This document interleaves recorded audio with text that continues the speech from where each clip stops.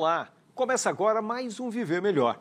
E no programa de hoje vamos falar sobre a saúde dos rins. E para tirar todas as nossas dúvidas sobre o assunto, recebo Américo Cuvelo, nefrologista e chefe do Centro Especializado em Nefrologia do Hospital Alemão Oswaldo Cruz, e doutora Daphne Kamarowski Lopes, também nefrologista. Mas antes de começarmos, vamos abrir o programa com uma reportagem sobre o assunto. Vamos lá. Se por um lado no verão e em dias quentes é mais fácil tomar água e sucos com frequência, por outro, quando as temperaturas caem em boa parte do país, muita gente esquece que o corpo ainda precisa estar hidratado. A pergunta é, como está o consumo de líquidos neste inverno? 100%, sempre hidratando, independente. Tem que dar uma forçada, porque não é natural, né? Estou bem hidratada. Um corpo desidratado pode desregular a pressão arterial, o funcionamento dos rins e sobrecarregar o coração. Crianças e idosos precisam de uma atenção maior. Os idosos sentem menos sede devido ao avanço da idade. A Eva é um exemplo a ser seguido. Aos 73 anos, bebe pelo menos 4 garrafinhas de água dessa por dia. Eu já coloco perto de mim uma garrafinha de água constantemente. E aí você se obriga a beber água. Olha para a água, bebe. Tontura, boca seca, urina escura e em menor quantidade são alguns sinais de que o nosso corpo precisa de líquido. Reduzir o consumo de café, de chás diuréticos e de álcool ajuda a diminuir a desidratação. Adicional a isso, a gente pode tentar outras estratégias, sopas que têm bastante água, né? Frutas que são ricas em água, por exemplo, a melancia, a gente tem um exemplo grande disso, além de beber água. O ideal é, se puder, carregar a garrafinha o dia todo, o tempo todo bebendo água. Muito bem, Daphne, a gente vai falar saúde dos rins, mas para que servem os rins? Os rins, eles são os órgãos com várias funções no nosso organismo, né? A principal, que todo mundo conhece, é da filtração do nosso sangue, de eliminar as impurezas. Mas, além disso, ele produz alguns hormônios que participam da formação das hemácias, que são os nossos glóbulos vermelhos. Então, ele controla a nossa anemia também. E também faz a parte da metabolização da vitamina D, do processo do cálcio e do fósforo no nosso organismo. Então, ele também participa da parte óssea do nosso corpo também. Quer dizer, os rins, eles não têm só a função de filtrar, mas ele colabora com outras funções que o organismo acaba tendo, ajudando tanto no sangue quanto na saúde dos ossos. Mas uma das grandes coisas que a gente fala em termos de saúde dos rins é o cuidado que nós devemos ter com ele, especialmente em relação ao risco de algumas doenças que podem comprometê-lo. Quais seriam as doenças que poderiam comprometer o rim? Jean, as doenças que mais acometem o rim hoje, né, é a hipertensão arterial e o diabetes, né? Se você for pegar hipertensão arterial e diabetes, né, você vai estar comprometendo aí 85% dos pacientes que vão desenvolver uma doença renal crônica. Ou seja, na sua evolução, podem ir para diálise ou para transplante. Então, essas duas doenças, elas precisam ser diagnosticadas precocemente, elas precisam ser tratadas adequadamente para prevenir uma doença renal, né? Porque as duas podem desenvolver doença renal. Existem outras doenças também, como doenças genéticas, né? A doença renal policística, por exemplo, é a doença genética mais comum no ser humano, acomete o rim e leva o paciente à doença renal crônica também. E indivíduos que fumam, né? Também o tabagismo leva a uma piora da função renal, uma deterioração da função renal e levando até o paciente a disfunção renal. Outra também é a obesidade, né? Os pacientes obesos, há uma sobrecarga do funcionamento do rim, levando esse paciente a uma deterioração da função renal.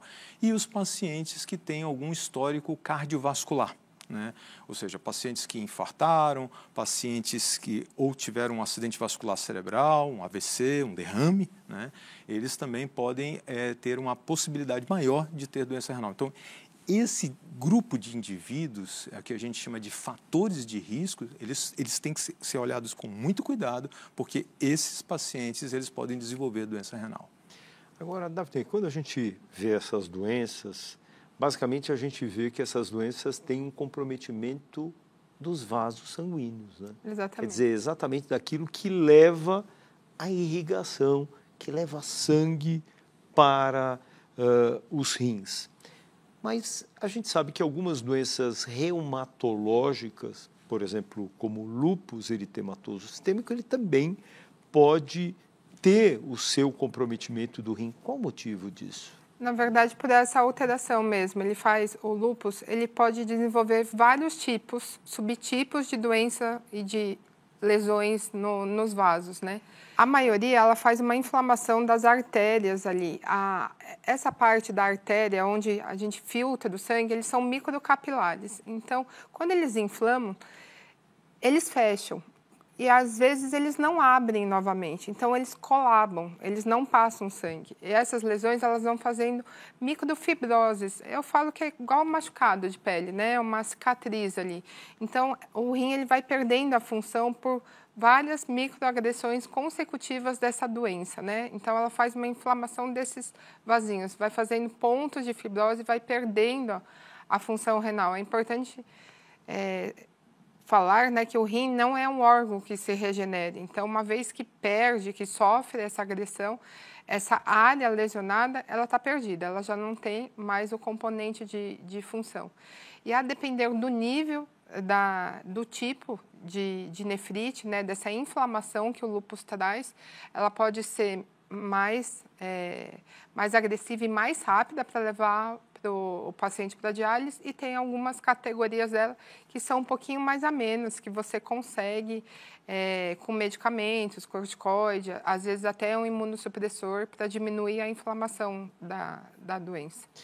Américo, aproveitando um pouquinho o gancho da Daphne, ela comenta o seguinte: eu tenho a possibilidade de, através do tratamento, fazer uma evolução que eventualmente diminuiria esse risco do agravo ou das lesões renais. Você estava falando do diabetes, você estava falando da hipertensão, que é da pressão alta, de pessoas que fazem uma carga tabágica, ou seja, os fumantes. Se nós fizermos uma detecção precoce dessas doenças e um tratamento adequado, eu evito essa progressão dessas pessoas? Se o tabagista virar e falar assim, bom, olha, a orientação é parar de fumar ou só diminuir, como é que é isso? Na realidade, sim. Hoje a gente já tem mecanismos, né, e tratamentos para frear esse processo da evolução da doença renal. Mas você tocou num ponto fundamental, que é o diagnóstico precoce. A doença renal, ela é uma doença chamada doença silenciosa, né? É diferente do paciente, por exemplo, que tem uma pneumonia, em que ele tosse, ele tem febre, ele tem um quadro clínico. Se você pegar um paciente que tem uma doença renal, né, a grande maioria dos pacientes, eles não têm nenhum sintoma, né? Então, por isso, as sociedades criaram os fatores de risco, que eu estava mencionando, e o diagnóstico precoce se dá através de você detectar esses diagnósticos, e o exame, 2 exames são muito importantes. Um exame é um exame chamado creatinina, né? A creatinina, ela é uma substância, né, que ela é produzida no seu músculo, no meu músculo, no músculo da Daphne, por conta de uma reação, né? Ela vem da creatina, que está no nosso músculo, e se transforma em creatinina, e essa creatinina ela só é eliminada do nosso organismo através do rim. Então, se eu dosar no sangue, ela tem que estar baixa, então está no valor normal, e na urina está alta, mas o que a gente dosa é no sangue. Então, esse é um exame muito simples, é um exame barato, né, em que deve ser feito para a gente fazer o diagnóstico precoce. E além disso, um exame de urina simples, para fazer diagnóstico se o paciente está perdendo proteína, está perdendo sangue na urina, porque pode fazer o diagnóstico, inclusive, da doença que a Daphne estava explicando, do lúpus. O lúpus, um diagnóstico precoce é exatamente no exame de urina, que você vai ter a hematúria, que é o sangue na urina, por conta dessa inflamação que ela estava explicando, e também uma perda de proteína, porque a membrana de filtração está agredida pela inflamação e vai perder proteína.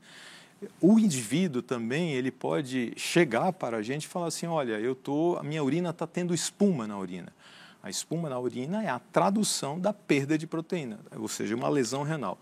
Mas esses exames, que é a sua pergunta, eles são muito importantes para você fazer o diagnóstico precoce. Você fazendo o diagnóstico precoce, você pode instituir um tratamento.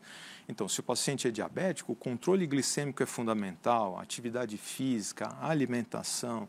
No caso do paciente que fuma, a gente tem que oferecer para esse paciente uma alternativa para ele parar de fumar, né? Então, hoje existem grupos antitabagismo, né, que tem um programa, né, para evitar isso daí, para evitar o vício do tabagismo, porque é um fator independente para o desenvolvimento da doença renal. É importante salientar que tem que parar, né? Parar, não é? Parar. Eu ia perguntar isso, não é exatamente. diminuir. Não, Vamos dar uma diminuidinha, não tem nenhuma que quantidade segura do cigarro, né? É cessar mesmo o cigarro. Isso é muito importante. bem. Agora, você falou um pouquinho da creatinina com massa muscular.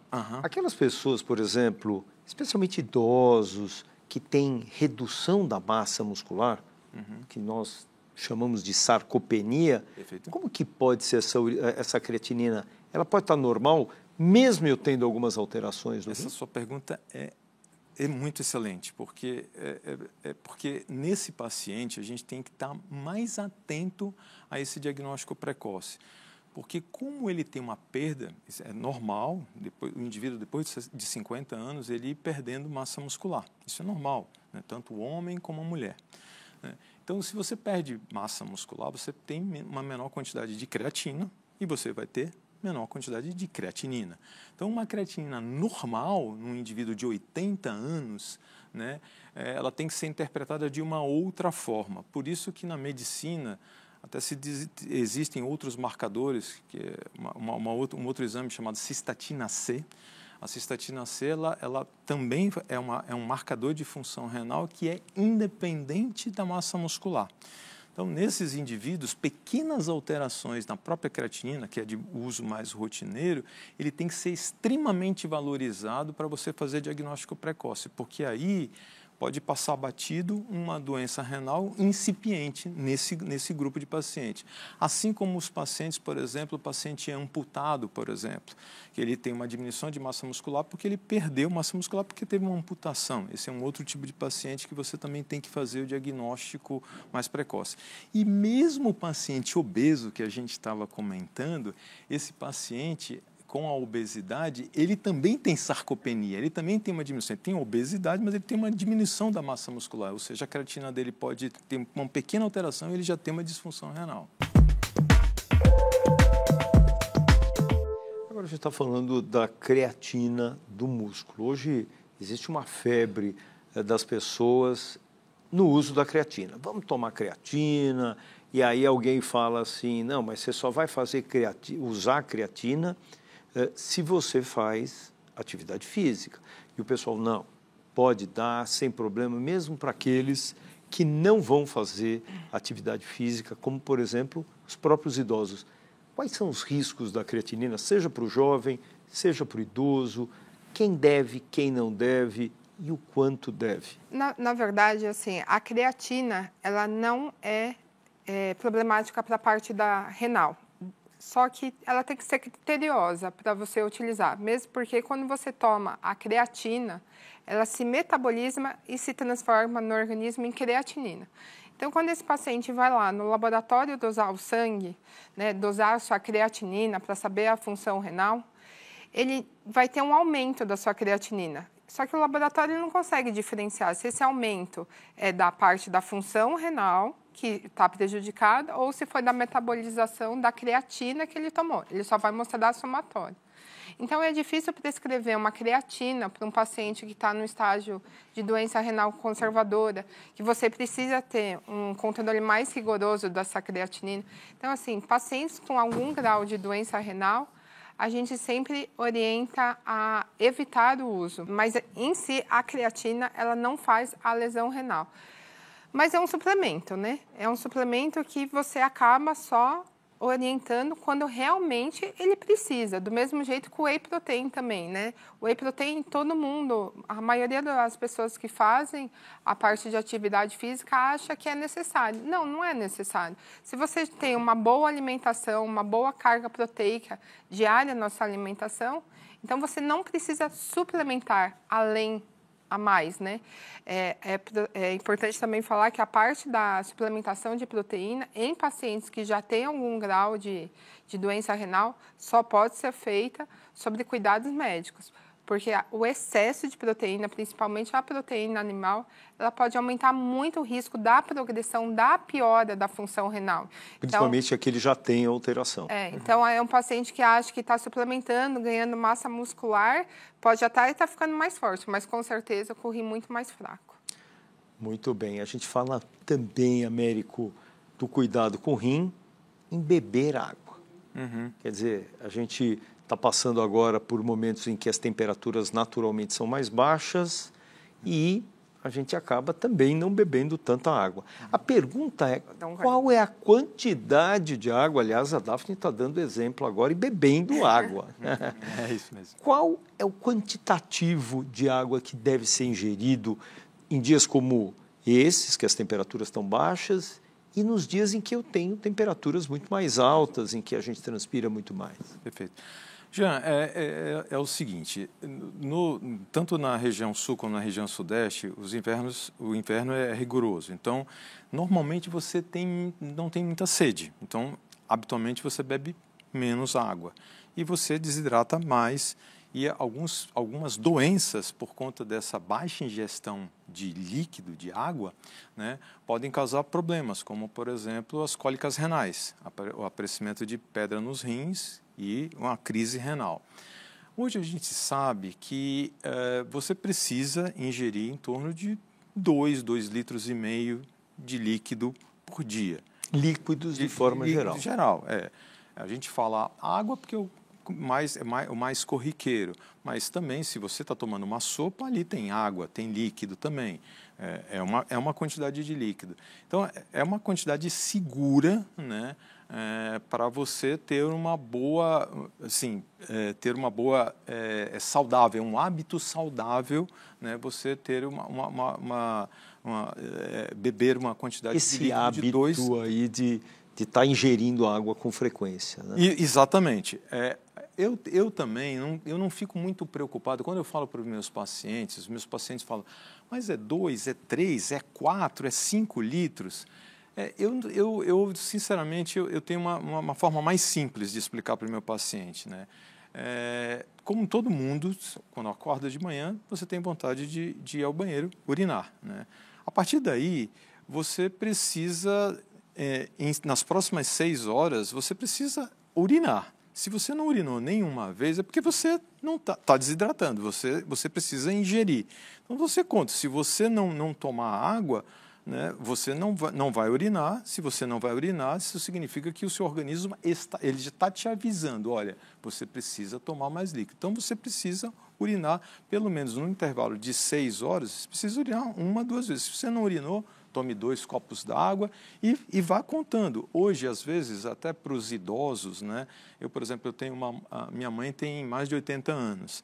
E a gente sabe que o idoso, ele tem no centro da sede, ele não tem a mesma que a gente tem. Então, ele toma menos água. Então, hoje tem aplicativos de celular, até para você colocar no relógio para avisar o idoso que... Beba água, não esqueça. Beba um copo de água. Né? Isso é uma boa dica para as pessoas que têm idosos em casa, ou mesmo que morem próximos, para que se oriente até os cuidadores a ofertar e não esperar que eles solicitem. É porque eles não vão ter sede. Não vão ter sede. Então você tem que estimulá-lo a beber mais água. Crianças também crianças bom. também. Porque a criança não pede água, né? Ela não para de brincar ali e só está gastando também. São os dois extremos, né, Daphne? Os dois Tanto extremos. A criança como o mais idoso. Agora, Daphne, a cor do xixi. A gente fala assim, olha, vamos fazer o seguinte, olha a cor do xixi. Se o xixi tiver mais clarinho, tá bem. Se tiver mais concentradinho, melhor beber mais água? Isso. Pode usar essa pode métrica usar. aí? Pode usar sim. Sempre a gente espera um amarelo mais clarinho ali, não tão concentrado. Conforme ele vai ficando mais alaranjado, mostra que a urina está mais concentrada e que está faltando água. Tem outros tipos de urina que podem aparecer que chamam atenção, né? Então, assim, uma urina com sangue pode mostrar uma passagem de um cálculo renal, de uma infecção, até de um tumor de bexiga. Uma urina espumosa pode dar alguma alteração hepática. Então, assim, do fígado, né? Ela pode trazer ideia de outras doenças acometendo.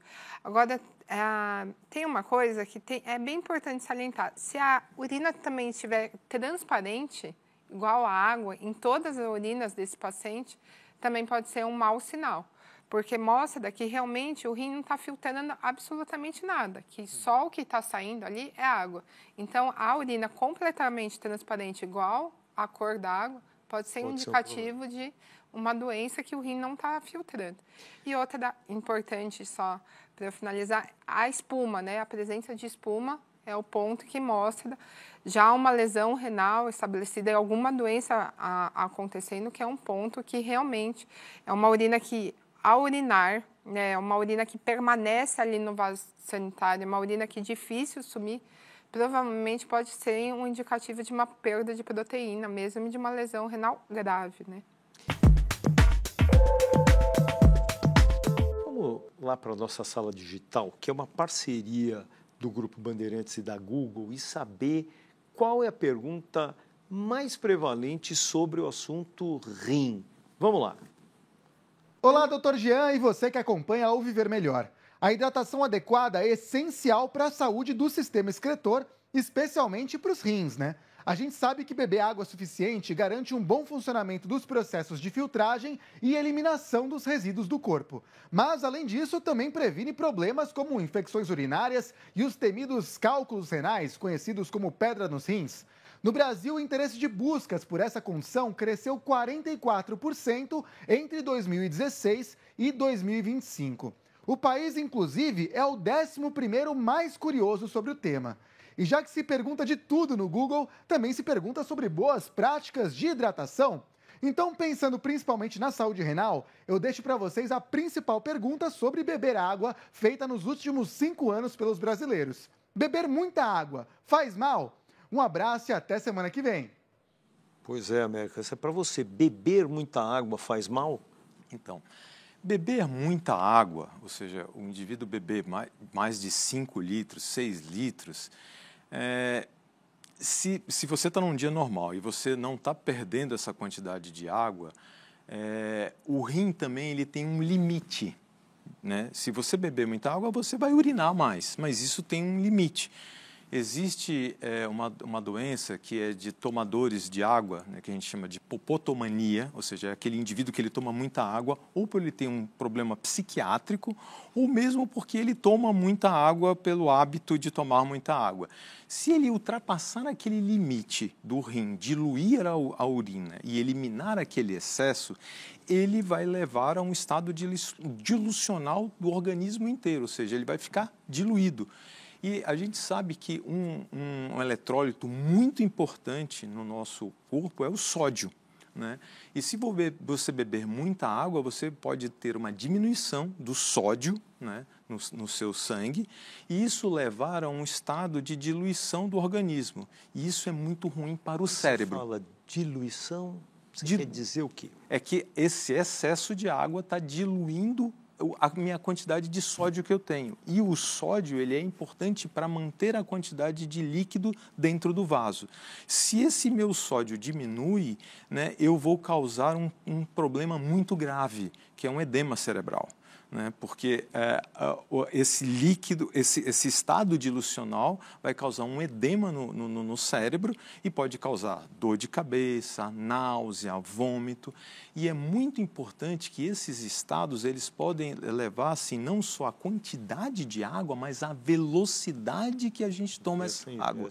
Então, exatamente, isso existem casos relatados e publicados de indivíduos, por exemplo, que tomaram 4, 5 litros de água muito rápido, e isso causou um edema cerebral e o indivíduo teve que ser hospitalizado e tem que fazer todo um tratamento para diminuir esse estado dilucional. É preciso fazer um tratamento. Agora, Daphne, a gente está falando de cálculos renais. Como que é formado esses cálculos? Qualquer um pode formar ou tem que ter alguma predisposição? Qual é a... Tem vários mecanismos que são formadores de cálculo renal, né? Tem a predisposição, sim, genética, mas tem grande parte relacionada à alimentação, à dieta. Então, assim, uma baixa hidratação, uma dieta muito rica em sódio, que é o sal, né? Eu falo muito isso para os pacientes. Tudo que a gente troca no rim é a base de sódio, né? Então, quanto mais sódio você se alimenta, mais sal você come, mais industrializados, embutidos, mais você vai colocar o seu rim para filtrar esses eletrólitos e puxar, né?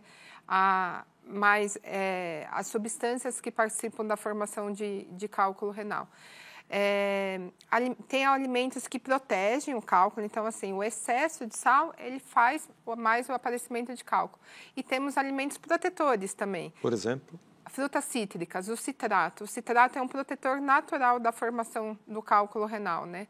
O principal cálculo formado no rim é de oxalato de cálcio ou fosfato de cálcio, são os cálculos de cálcio, né? E o citrato, ele gosta muito de se ligar no cálcio. Quando tem um excesso de citrato na urina, ele se liga a esse cálcio, que a gente tem o cálcio em si, porque a gente precisa realmente do cálcio para todo o nosso metabolismo, para várias coisas. Então, a gente sempre vai ter esse cálcio disponível lá na urina. Então, se você tem um alto concentração de citrato, esse citrato se liga no cálcio e ele faz um cálculo solúvel, ele não forma a pedra. Não dá nem tempo dele impactar ali. Não, e se você tem a baixa desse citrato, o cálcio ele fica lá, ele se liga no oxalato, no fósforo, que a gente também tem, e aí é assim que o cálculo vai sendo formado. Por isso que é importante também se hidratar, para diluir, né, esses eletrólitos, lavar mais e eliminar mais. Pois é, pessoal, não tenho dúvida que a gente passaria horas e horas com uma série de dúvidas aí, tanto você de casa como eu, tirando aqui com os nossos colegas. Mas o Viver Melhor de hoje vai terminando e lembrando que todos os episódios do programa estão disponíveis no canal Band Jornalismo no YouTube. Nos vemos na semana que vem, sempre com muita informação sobre saúde e bem-estar. Obrigado pela companhia e até a próxima.